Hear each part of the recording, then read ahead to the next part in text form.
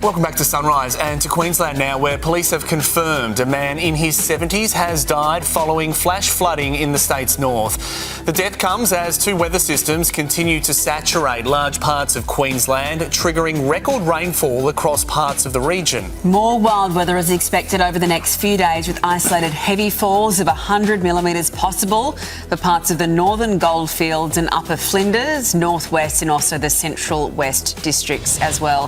For more, Queensland Premier David Crisafulli joins us live now in Mount Isa. You can see the conditions there already, Premier. What's the latest update from there this morning? Rainfall overnight across a large part of Queensland. It is very isolated and very patchy, but still some pretty large falls, particularly on the coast overnight. So the system is starting to break up, which is really great news, but some of the totals will provide some real challenges. You mentioned in your introduction the loss of a life. That's always, in the end, property can be replaced, people can't, and the news that he is a local to northwest Queensland will really cut deep for this community. I can tell you it certainly will. Our two big focus in terms of where we are at the moment is the impact on infrastructure, particularly roads and bridges, that there will be some major impact. The other is agricultural, and I'm about to go and have a look at some properties north of Cloncurry. I'm in Mount Isa at the moment, but some of the rainfall totals in some of those isolated pockets were in fact greater than 2019. Now, 2019 was a massive flood. Many of your viewers will remember that, some of those images of cattle being floated away. This is certainly not as widespread as that, but there are isolated pockets where people have had some really significant damage and some significant loss. And my role is to make sure that we're there and that we provide the assistance working with the federal government and the council, so that assistance is as swift as it can be. And what is that assistance going to look like, Premier? As you say, a number of those industries up there, they have already been hit very hard. Yeah, well, on the infrastructure front, it's about making sure that we clear landslips, that we get roads reconnected. That's imperative. There's 37 roads at the moment offline, including the Bruce Highway, which is the artery of Queensland in terms of the coast, and many of those western roads. We're asking people to go to disaster.qld.gov.au.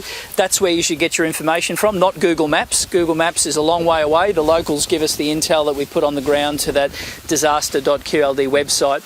In terms of agriculture, that assistance looks like twofold.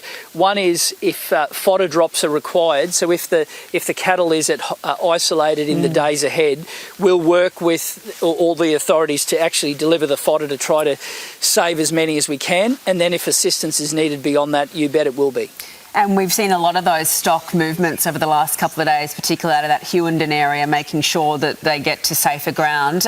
Premier, a lot of the emergency support workers and frontline workers will have cancelled all their leave to be there and help the state of Queensland. What's your message to them? Oh, one of extreme gratitude. We had workers flown in overnight, health workers into some of the parts of Western Queensland.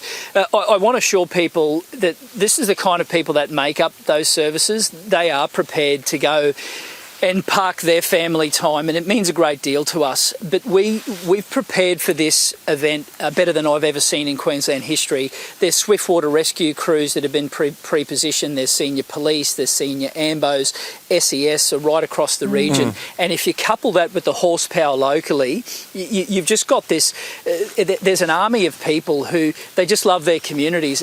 And from my point of view, my role is twofold. One is to assure the community, this is wet season rain. It's what happens in North and Far North Queensland, and they handle it, and Northwest Queensland, they handle it better than anyone. They are very resilient people. My role is to make sure that where assistance is needed, it's there, but to assure those communities that we take this really seriously, we do the preparation, and on the back of it, people do handle wet season rain really well in Queensland. We're a resilient mob. Yeah, you certainly are, and we're thinking of all of those communities right now. Premier, we'll let you get out of the rain and get to work, and we thank you for your time this morning. Thank you, David. All the best to you.